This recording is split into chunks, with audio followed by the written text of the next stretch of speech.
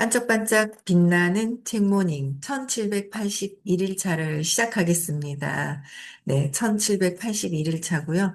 역행자 오늘 291페이지 볼게요. 젊은 부자들은 어떻게 공부를 했을까? 세 번째, 책 덕후형. 그렇죠? 네, 책 덕후형이에요. 맞죠, 여기요. 표시를 안 해놨어요. 네. 어, 이들은 직장을 다니거나 자기 사업을 하거나 대학을 다니면서 끊임없이 책을 읽었다. 주식을 하는 경우엔 주식 관련 책을 독파하고 부동산 투자를 하는 경우엔 부동산 서적을 죄다 읽었다. 사업을 하려는 사람들은 마케팅과 경영 등 관련 분야 책들을 탐독했다. 아무리 바빠도 독서를 미루지 않았다. 아무리 바빠도 독서를 미루지 않았다는 거예요. 그래서 독서의 중요성에 대해서는 앞에서 여러 번 얘기했으니 부언하진 않겠다. 재미있는 것은 이들이 학교 다닐 때는 책을 별로 읽지 않은 경우가 많았다는 것이다. 맞죠? 우리 그런 얘기 많이 해요. 지금 공부하는 것처럼 학교 다닐 때 공부를 했으면 아마 서울대, 하버드대도 갔을 것이다라고 얘기를 해요. 어, 어릴 때는 그렇게 공부도 싫고, 제 학교 다니는 것도 재미도 없고, 친구랑 노는 것만 재밌는 것 같았어요. 근데 이제, 대다수도 많은 분들이 학교 다닐 때보다는 별로 읽지 않았는데, 이제 성인이 돼서 내가 진짜 학교는 그냥 의무적으로 가야 되니까 할 수 없이 갔던 것 같고, 그다음에 이제 내가 성인이 돼서는 주식을 하고 싶다, 부동산을 하고 싶다, 뭔가, 어, 네트워크를 하고 싶다. 뭔가 그랬을 때.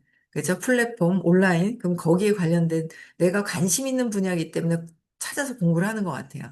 근데 그렇지 않은 경우에는 그냥 어릴 때는 뭐 그냥 왜 다녀야 돼? 학교를 왜 다녀야 되는지 모르고 다녔던 것 같아요. 그래서 나도 그랬듯이 원래는 책을 멀리 하던 사람들이 돈에 관심을 가지면서 다독하는 경우가 많다. 이때 독서는 책을 완전히 달달 외우는 식이 아니다. 정독해야 한다는 강박에서 벗어나 잘 모르겠다 싶은 부분은 넘기면 된다. 그러니까 책 읽는 방법도 하는 거예요. 저도 정독을 해야 되는 줄 알았어요. 그럼 정독하다가 지쳐가지고 책을 못 읽는 경우도 되게 많았었거든요. 근데 예전에 그랬던 것 같아요. 근데 이제 모를 때는 넘어가고 그러면서 나도 책의 3분의 1 정도만 읽을 때도 많다. 처음엔 내용이 어렵더라도 그 분야의 내공이 높아지면 나중에 다시 읽으면 된다.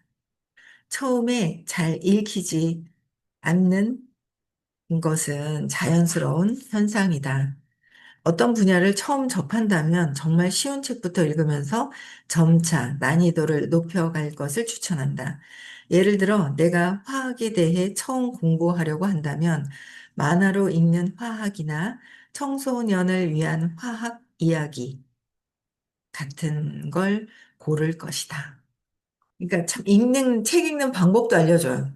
너무 좋아요, 이 자청님. 책 읽는 방법 옛날에 몰랐단 말이에요, 저도. 뭘 읽어야 되지? 보다 읽으면 재미없어서 던져버리고. 아, 나는 책하고 좀, 뭔가 책하고 별로 안 친한 것 같아. 그래, 던져버리고 안 읽고 포기해버리고 이런 경우가 있었거든요. 근데 책 읽는 방법을 또 다 알려주니까, 예, 너무 좋은 것 같아요. 예. 경제적 자유를 얻은 이들은 위에 세 가지 유형에 무조건 속한다. 타고나는 유형, 아니면 주말 세미나형, 독서형. 셋 중에서 당신이 택할 것은 두 가지 경우밖에 없다. 그죠? 타고난 유형은 아닌다면 주말 세미나형이나 독서형으로 바뀌어야 되는 거잖아요. 그죠? 그래서 젊은 친구들이 이렇게 세 가지 유형으로 공부를 하고 있다. 경제적인 자유를 갖기 위해서. 또 볼게요. 경제적 자유로 가는 알고리즘 설계. 네, 볼게요. 전 백수라 안 될 거예요. 저는 무스펙 노동자라 안 돼요. 전 투잡할 수 없는 대기업에 다녀서 안 돼요. 전 중소기업에 다니는 중이라, 이런 헛소리는 더 이상 통하지 않는다. 여기서는 인생의 경우가 수를 크게 네 가지로 나누고 각 상황별로 경제적 자유를 얻는 방법에 대해 이야기할 것이다. 단순히 이론적인 이야기가 아니라 성공 사례들을 충분히 나열할 예정이다. 주의할 점이 있다. 당신의 루트만 편식해서 읽지 마라. 전체 루트를 읽어보는 걸 추천한다. 인간은 누구나 아래 네 가지 그룹에 속해 있다. 직장인 그룹, 대기업 직원, 아니면 중소기업 직원, 공무원 등 직장인 그룹이 있고, 무스펙 그룹, 일용직 노동자, 경력 단절 구직자, 백수 등, 그 다음에 전문직 그룹, 의사, 변호사, 디자이너, 마케터, 부동산 중개인, 심리 상담사, 에어컨 청소 기술자, 전문직 그룹. 야, 우리도 심리 상담사가 전문직 그룹이래요. 전문직으로 들어가네요. 우리 전문직으로 들어가나 봐요. 네, 그래서 이렇게 이제 나눠 놓으셨어요. 여기는 다 이제 그런 거죠. 내 몸이 24시간이라면 내가 몸을 쓸 때 돈을 벌고 그렇지 않으면 수입이 없어지는 어떤 그런 단계에 있는 부자 아빠, 가난한 아빠에서는 4사분면의 왼쪽 4분면 그렇죠? 그런 분들을 쭉 나열을 해놨고요. 사업자 그룹에서도 자영업자도 S4분면이에요. 셀프 그렇죠? 예. 무자본 창업자, 유자본 창업자. 크게 이제 자청님이 이렇게 나누는 것 같아요. 그래서 네 가지 그룹에 있는데 저는 심리 상담사, 무자본 창업자. 우리는 또 무자본 창업자잖아요. 그렇죠? 네, 이쪽으로도 들어가고요. 각기 이렇게 있어요. 네, 다양하게 자영업자도 해봤는 것 같고, 네, 중소기업의 직원도 해봤었고, 골고루 다 해봤는 것 같아요. 네, 이 네 그룹은 처한 현실이 다르기 때문에 이후에 선택할 수 있는 인생, 알고리즘도 다르다. 아래에선 각각의 경우 내가 생각하는 최선의 루트를 이야기해 보겠다. 첫 번째 직장인 그룹, 대기업에 다닐 경우, 대기업에 다니고 있다면 사실상 아래와 같은 루트를 타는 건 어렵다. 취업을 하고 대기업에 들어가서 그다음에 사업을 하고 투자를 한다. 이 루트를 가기는 어렵다고 하네요. 그래서 물론 대기업에 다니면서 사업을 준비해 성공하는 경우가 있긴 하다. 하지만 아주 예외적이다. 아무리 요즘 워라밸이 좋아졌다고 해도 대기업에 다니면서 투잡을 가진다는 것은 굉장히 어려운 일이다. 또 겸직, 금지 조항에 위배되기 때문에 직장에서 징계를 받을 수도 있고 무엇보다 그럴 만한 시간이 되지 않는 게 현실이다. 따라서 당신이 대기업에 다니고 있다면 표준적인 테크 트리는 이렇다. 표준적인 테크 트리는 취업을 해서 대기업을 다니고 또 그다음에 투자를 하고 사업을 하는 거. 위에는 사업을 하면서 투자를 하는 경우 뭐 이제 이렇게 있는데 대기업 다니시는 분들은 대기업에 다니면서 그래도 이제 페이에 대해서 만족을 하시는 분들이 계세요. 완전 대기업에 저희 사촌동서 같은 경우에도 보면은 어 대기업 현대 다녔거든요. 저희 도련님이. 보너스가 좋더만요. 중간에 한 2, 3개월 만에 보너스가 팍팍 나올 때 그거 가지고 이제 그러면서 투잡을 뭔가 준비를 우리 도련님 그만둬야 될 때도 다가오는 것 같은데 언제 전화 한번 해봐야 되겠네요. 그렇죠? 그래서 대기업에서는 투잡을 뭔가 하기가 좀 힘든 요새는 다른 걸 못하도록 하는 게 쉽게 할 수 있는 일들이 있잖아요. 그래도 좀 하면서 그런 것들을 이제 못하게, 투자 겸용을 못하게 하는 경우가 되게 많아요. 그래서 또 볼게요. 내 친구 승호는 대기업에 다니던 프로그래머였다. 3년 차까지는 돈을 버는 족족 다 썼고, 28살에 종잣돈을 약간 모았으나 주식으로 다 날렸다. 30살에야 문득 미래를 대비해야 한다는 생각이 들어 돈을 모으기 시작했다. 승우가 8년 차 프로그래머가 되었을 때 실수령액은 400만 원이 되었다. 그는 매달 150만 원만 쓰면서 2년간 월 250만 원씩 6천만 원을 모았다. 그리고 투자가 답이라 생각해 경매를 공부하기 시작했다. 처음에는 종잣돈이 적었기 때문에 좋은 물건을 살 수 없어 20년 넘은 인천 빌라를 낙찰받았다. 돈이 없어 도배와 장판 등은 인터넷으로 배워서 직접 했다. 이렇게 꾸민 집은 1,000만 원을 더 붙여서 팔 수 있었다. 빌라는 아파트와 다르다. 아파트는 일정한 시세가 있지만 빌라는 건물과 방의 컨디션에 따라 가격 차이가 컸다. 그래서 회사에 다니면서도 주말에는 집을 보러 다녔다. 이런 식으로 몇 건의 거래를 반복해서 1억을 더 모았다. 와, 대단하다. 젊은 친구들이. 저는 젊을 때 이런 생각을 하지도 못했어요. 그리고 30대 신랑이랑 찌지고 뽑고 산다고 정신 하나도 없고 그랬었는데, 야, 대단하다. 지금 얼마 전에 6천만 원을 주식에 다 집어넣었다가 4,600이 됐어요. 그러니까 그게 왔다 갔다 왔다, 그 28살이거든요. 그래도 28인데 6천만 원을 모은 거예요. 야, 이게 진짜 대단하게 다 모았다. 근데 주식에다 다 쏟아부어 놓은 거죠. 주식에다가 다 쏟아부은 거예요. 아, 올랐으면 좋겠는데, 그쵸? 네. 네. 배터리가 다 돼가는데요. 그래서 좀 대단해요. 이런 친구들 보면 저는 그런 생각을 못 했었는데 어떻게 그렇게 할까라는 생각이 들으면서 되게 존경스러워요. 좀 화면이 어두워지지 않았어요? 괜찮아요? 괜찮아요? 저만 그런가 보다. 그렇게 보이나 보다. 그쵸? 네. 아, 제가 조금 이렇게 제게 그런 것 같아요. 네, 컴퓨터가. 네, 그다음에 1억을 더 모았는데 이때부터 부동산 관련 강의를 듣기 시작했다. 천안 아파트를 경매로 2채, 매매로 2채 샀다. 1.6억, 1억 4,500억, 4,500만 원 정도 있죠.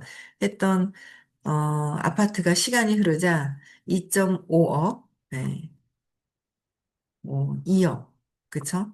2,500, 2,000억, 2억, 그러니까 2억 5천, 2억 정도로 올랐고 자본금이 모으기 시작하면서 승호는 상가 투자를 생각했다. 열심히 공부를 하니 상가 보는 눈이 생기고 상권 분석 능력이 쌓였다.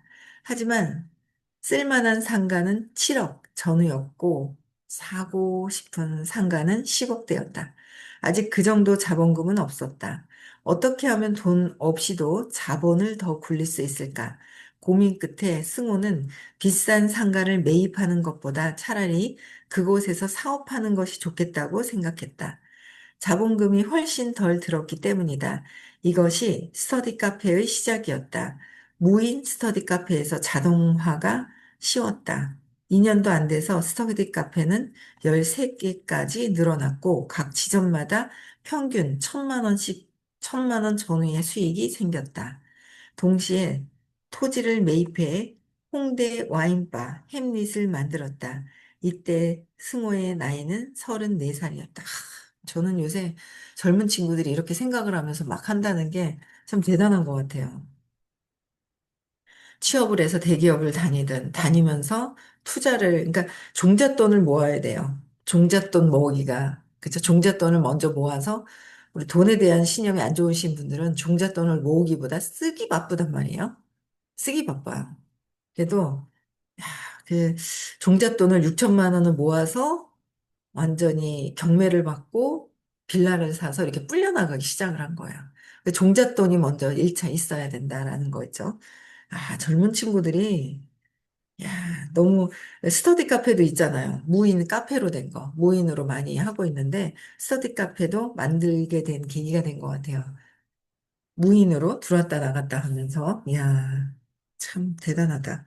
승호가 잘한 것은 직장을 다니면서 투자를 공부하고 실행했다는 점이다. 투자를 먼저 했다는 거. 그죠?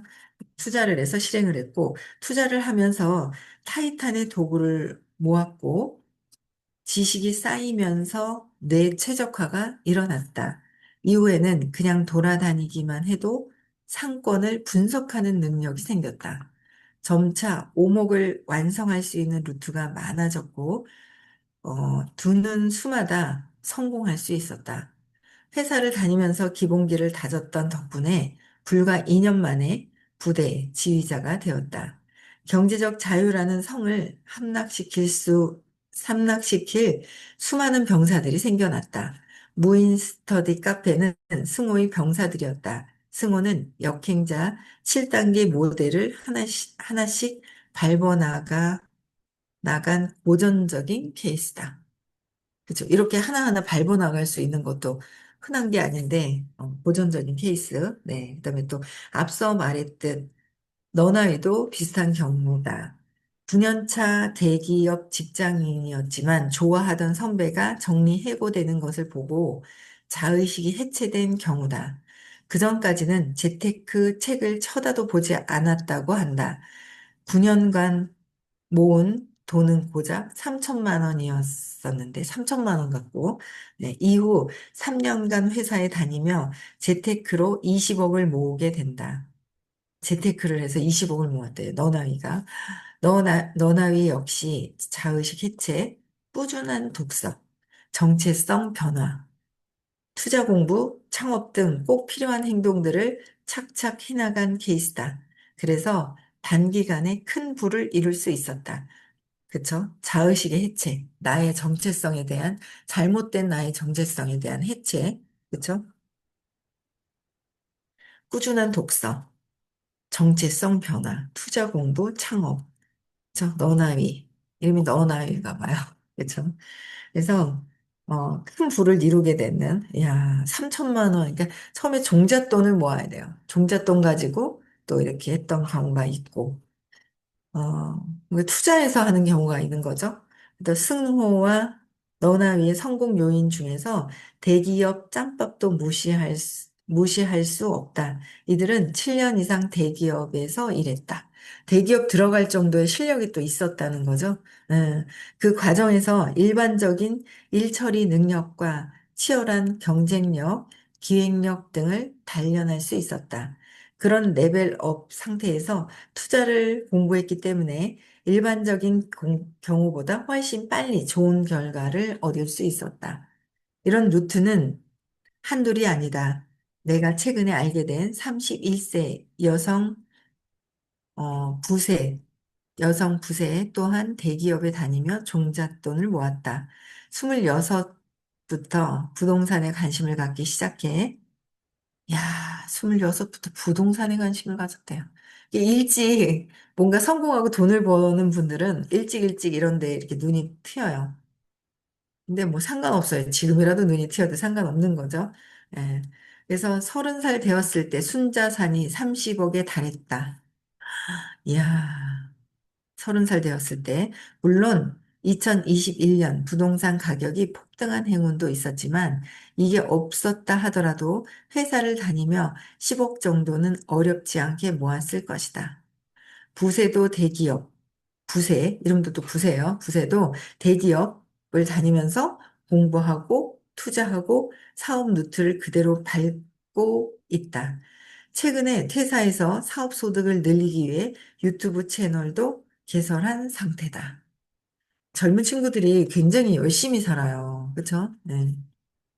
이렇게 두 번째, 중소기업에 다닐 경우. 이건 이제 대기업에 다니는 케이스가 이렇고, 그다음에 중소기업에 다니는 경우에는 중소기업과 대기업의 차이부터 알아보자. 대기업은 연봉이 많은 대신 다양한 업무를 배우기가 어렵다. 커다란 조직에서 정해진 특수 분야의 일만 하다 보니 전체를 보기 어렵고 능동성이 떨어질 확률이 높다. 반대로 중소기업은 연봉이 적은 대신 몇 년 만에 임원으로 승진하는 일도 불가능하지 않다. 정해진 일 외에 다양한 일을 해야 하기 때문에 일반적인 경험치가 높아지고 능동성과 자율성도 길러진다. 그러니까 단순 반복 업무에 종사하는 경우는 제외하고 다양하게 이때 본인이 직장 일과 잘 맞고 평가도 좋게 받는 경우라면 첫 번째로는 임원을 거치는 루트를 생각해 볼 만하다. 임원으로 또 가는 것도 생각해 볼 만하다는 거예요. 이거는 취업을 해서 중소기업을 다니고 임원이 되면서 사업을 하면서 투자를 하는 경우. 그래서 중소기업에 다니면서 여러 가지 사례를 보여주는 거예요. 역행자 7단계 모델을 실천하여 레벨업 한다면 다른 구성원에 비해 압도적으로 좋은 성과를 보여줄 수 있을 것이다. 대표에게 본인의 사업 기획을 제안하는 등의 루트도 비교적 열려 있어서 계속 승진이 가능한 것도 중소기업의 장점이다. 저희 상담 사업을 함께 시작했던 윤주와 주동은 현재 우리 회사 임원이 되었다. 임원이 되어 있대요. 그래서 그렇게 해서 임원이나 간부가 되면 사업 전체를 관장하게 되고 실제 사업체를 독립시켜 나가는 경우도 많다.